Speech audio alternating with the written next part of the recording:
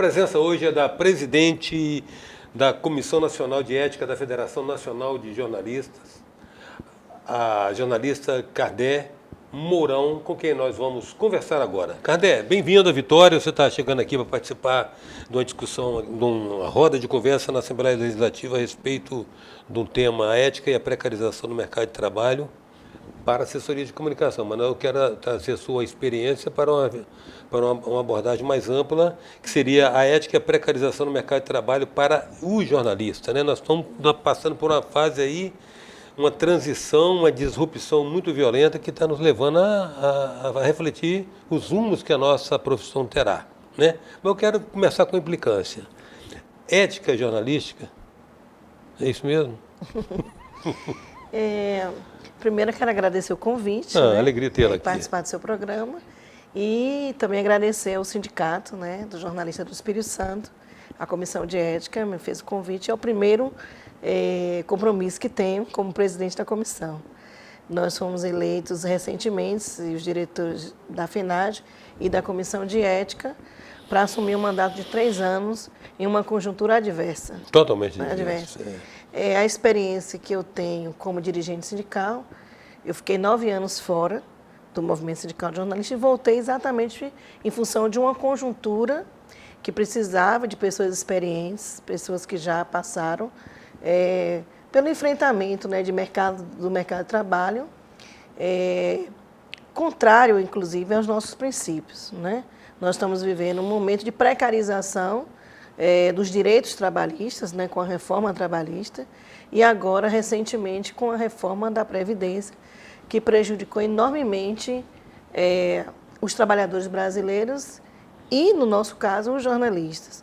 O mercado de trabalho hoje ele é muito restrito, os veículos estão se desfazendo dos seus veículos impressos, né? Os postos de trabalho diminuíram muito, mas, independentemente disso, nós temos que expandir, né? A profissão precisa se expandir, as novas tecnologias chegaram e o jornalista precisa de uma formação mais antenada com o seu momento, né? Chegando à ética da profissão, eu costumo dizer que o código de ética da nossa profissão, ele é universal para toda a categoria. Ele não é um código segmentado, né? Existe a ética da sociedade, né, a ética da humanidade, e existem os códigos específicos para as suas categorias, né, cada categoria. Né? A ética jornalística é uma ética que fala, sobretudo, no respeito à pessoa humana, né, no compromisso com a sociedade, no compromisso em narrar os fatos com base, né, numa apuração rigorosa, respeitosa, sobretudo respeitosa, né, com as fontes e longe de toda uma questão de interesses. Né? Uma rigorosa subordinação à veracidade do fato. A veracidade do fato. Recentemente, eu participei de uma conversa com a deputada Alice da Mata e o senador Coronel da Bahia, que é o presidente da CPMI, né? E a relatora da comissão, por coincidência, os dois baianos, o Sindicato de Jornalistas da Bahia fez um evento com eles sobre fake news. E eu levantei a tese que eu sempre defendi, de que eu não acredito na verdade. Porque, filosoficamente, a verdade é subjetiva, é o seu ponto de vista. Há quem diga que são 360 graus. Muitas verdades, a minha, a sua, né, do próximo, né? Mas os fatos em si, eles acontecem. Então, a verdade que as pessoas falam, eu quero saber a verdade. Depende de quem conta a verdade e da forma como que conta a verdade, né? Eu gosto muito de análise do discurso. Entre as palavras, entre linhas. O subtexto. Que tá a essência do texto. Muitas vezes você vai fazer uma entrevista, faz uma pergunta e a pessoa responde. No meio daquela resposta é que está a manchete do jornal. Com certeza. Né? Então, o jornalista precisa ser sagaz, ter compromisso com a profissão, saber que ele está ali servindo um papel, né? Eu costumo dizer que o jornalista não é um cidadão privilegiado. Privilegiado é a função social dele. Porque ele tem que ter um compromisso com a sociedade, né? Com os fatos em si, a forma que vai narrar os fatos em si. Agora, como você vê, Carné, com essa mudança, essa ruptura que houve agora, né? Nós estamos vivendo essa transição nós estamos ainda em processo de digerir essas mudanças, né? Nós tivemos uma ruptura no modelo de financiamento do negócio da imprensa com a publicidade convencional.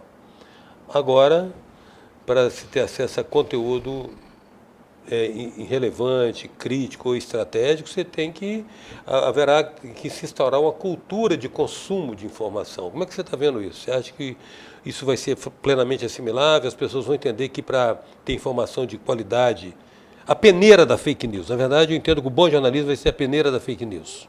Uhum. Mas você acha que nós conseguimos, em que prazo a gente consegue instituir esse novo padrão cultural? Você está fazendo muita pergunta difícil. Eu acho que nós vivemos numa sociedade capitalista, ponto, né? Nós vivemos numa sociedade de mercadorias, né?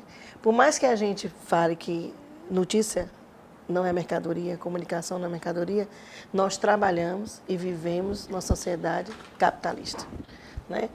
A comunicação e as empresas de comunicação são empresas de negócio, né? As televisões, os rádios, que sempre viveram de publicidade. São, antes de tudo, empresas. Empresas e visam lucro. Empresas e visam lucro. A economia política da comunicação vem estudando os formatos de conteúdos aplicados aos negócios. Como isso vem sendo diversificado. A experiência que você está falando aí dessa mudança é uma nova etapa, né, que se impõe aos empresários de comunicação. E aí eu pergunto, onde é que fica o jornalista nisso tudo? Continuando fazendo notícia. A sociedade, na minha opinião, ainda não está preparada, a grande sociedade não está preparada, para pagar uma televisão fechada, não está preparada para poder fazer assinaturas de jornais que possam ter matérias especiais, né? Matérias bem elaboradas, reportagens, assinaturas de revista. Não. A grande parte da população ela ainda está restrita à televisão aberta, né? Está restrita, inclusive, a programas de rádio, sensacionalistas, as imagens sensacionalistas, aquilo que eu estava conversando com você. Infelizmente, ainda assim, embora a gente já tenha um novo patamar da comunicação que vem crescendo, né? Nós estamos falando dos streams, que hoje você paga para poder ter, né? E vem quebrando os outros negócios, não é verdade?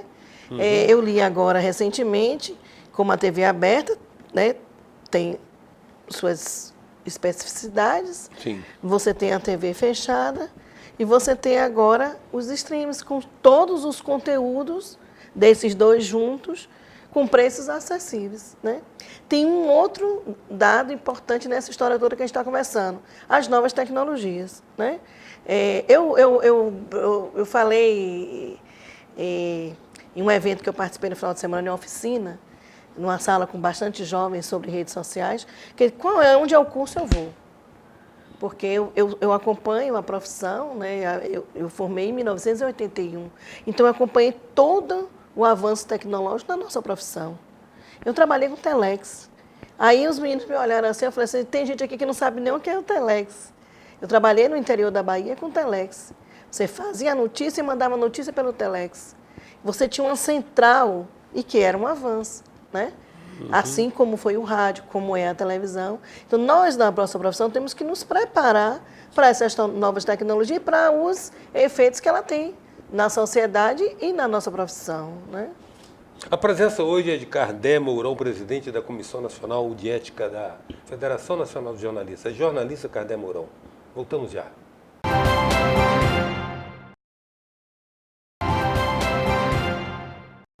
Voltamos com a presença da presidente da Comissão Nacional de Ética da FENAJ, Federação Nacional de Jornalistas, jornalista Cardé Mourão. Cardé, você falou a respeito de toda a contextualização, você fez toda a contextualização a respeito, inclusive dessa evolução tecnológica Só que está acontecendo o seguinte, você perguntou assim, o jornalista vai continuar produzindo... Alguns falam notícia, eu prefiro falar produzindo informação. Informação. Né? E nesse aspecto, eu adiantei para você, falei para o Douglas lá fora também, eu entendo particularmente que o bom jornalismo vai ser a peneira das fake news. Por Com isso, certeza. agora, o que causa estranheza é o seguinte, com essa inovação tecnológica toda aí, está se falando aí na extinção de muitos ofícios, inclusive de médicos, de advogados. Está se falando aí que a cobertura dos jogos aqui no Brasil foram feitas pelos robozinhos da Reuters, entendeu? Então, quer dizer, nós temos, eu acho que é um cenário que ainda não está muito claro para nós. Não está, não. Está por se delinear, né? É. E acreditar...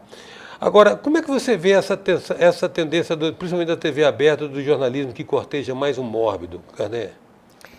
Olha, eu tive o privilégio de participar da primeira Conferência Nacional de Comunicação do Brasil, né?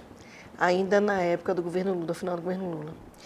Eu vinha conversando com o Douglas, o presidente do sindicato, que todas as outras áreas, né, saúde, educação, né, fizeram suas conferências, já fizeram até mais de 100 conferências, como as outras áreas todas, e a de comunicação só aconteceu uma.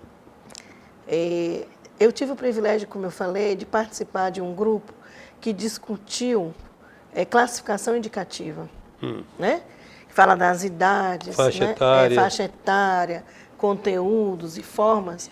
E eu redigi, eu tenho até hoje esse rascunho, eu redigi um parágrafo, que tudo na conferência era por consenso, que dizia o seguinte: é inadmissível que se divulgue imagens, se faça comentários e se exponham, né, pessoas em situação indigna, degradante, né? Que atenta contra a dignidade. Degradante, que atenta contra a dignidade da pessoa humana, né?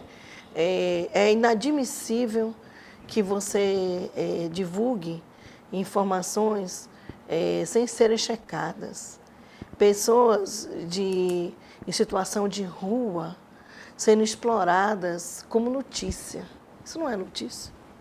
Isso não é digno, isso não é humano. Né? É desrespeitoso. E nós estamos assistindo uma escalada desse tipo de informação. Mas isso não corteja uma morbidez do próprio público, não, Kardec? Do povo, da degradação, seja, da humanidade. É um circo, né? É um circo, e que esses profissionais que fazem isso, que divulgam, que lucram, que ganham, né? São pessoas que não participam da corrente que a gente fala, né, da corrente, não vamos ser tão românticos dizer a corrente do bem, mas de respeito ao próximo, né, de respeito ao próximo. Isso para mim não é jornalismo. Isso para mim não é jornalismo. Isso se criou um vício, né, das pessoas em assistir a maldade, né, o sofrimento. É uma comercialização do sofrimento. É isso que eu falo. Né? Eu chamo de cortejão mórbido, sabe? Isso, cortejão mórbido. Isso. Agora, uma outra questão que você coloca. Nós estamos aí com essa disrupção aí, tentando nos adaptar a um novo mundo, a uma nova modalidade de trabalho, né? Como é que você vê questões como, por exemplo, nesse aspecto, a tentativa de criar um Conselho Federal que regulamentasse a profissão, que seria que regulamentasse? Nós temos a profissão regulamentada, né? Que talvez fiscalizasse o exercício regular da profissão, né? Isso. Tivemos a questão do fim do diploma, né? Isso tudo antecedendo a esse choque tecnológico. Quer dizer, nós estamos com uma agenda perversa aí, né? Olha, eu escolhi ser jornalista, eu tinha 15 anos, hoje eu tenho 60. Quando eu ganhei um gravador, aí a gente está falando que nós somos velhos, né? Um gravador que tinha... Graças a Deus, graças a Deus. Um microfone, né? Uhum. E isso deu bagagem a gente para enfrentar tudo isso. O que nós precisamos hoje é reagir. A profissão de jornalista sempre existiu e vai continuar existindo. Eu vou passar, você vai passar, né? Eu queria falar o seguinte, por que as pessoas têm tanto interesse em ser jornalistas? As pessoas têm tanto interesse em praticar comunicação? Por que as pessoas têm tanto interesse nessa área? nesse glamour que não é verdadeiro Sim, para muito todo trabalho, mundo. exatamente. Nós trabalhamos, nós temos que ter uma boa formação, nós temos que manter uma boa aparência, né? Isso tudo tem um custo. O que tem de mais valioso na gente, das pessoas que estudaram, que se formaram, né, que investiram, isso é um investimento na formação. Nós não viramos jornalista da noite para o dia, nós temos anos trabalhando e estudando. Então, enquanto eu estiver na minha profissão, viver na minha profissão, isso é que é digno. Você morar, viver, comer, construir, criar sua família com o suor da sua profissão. Então, eu sempre serei, como nós dos sindicatos, da FENAGE, combatente de pessoas que querem entrar numa profissão pela janela. Eu acho que essa questão do STF ter acabado a obrigatoriedade do diploma de jornalista fez com que a gente se tornasse mais forte na nossa dignidade e no nosso ofício. E vamos continuar lutando para que essa profissão seja mais respeitada, seja coerente, né? Para que existam novos cursos, melhore a nossa formação. É isso. Quero agradecer, Kardec, a sua presença aqui, o que se compartilhou conosco a respeito das suas percepções e conhecimento desses 45 anos de janela, né? 45. Não, 45 não. 38. 38. 45 porque você começou com 15 com a Não, sacada do só jornalismo. tinha a ideia. Grato pela sua presença, Obrigada, Kardec. eu que agradeço e o espaço é a oportunidade do jornalista poder também falar da nossa Com profissão, certeza, né? está do outro lado da mesa. A presença de Kardec Mourão, presidente da Comissão Nacional de Ética da Federação Nacional de Jornalistas. Até já.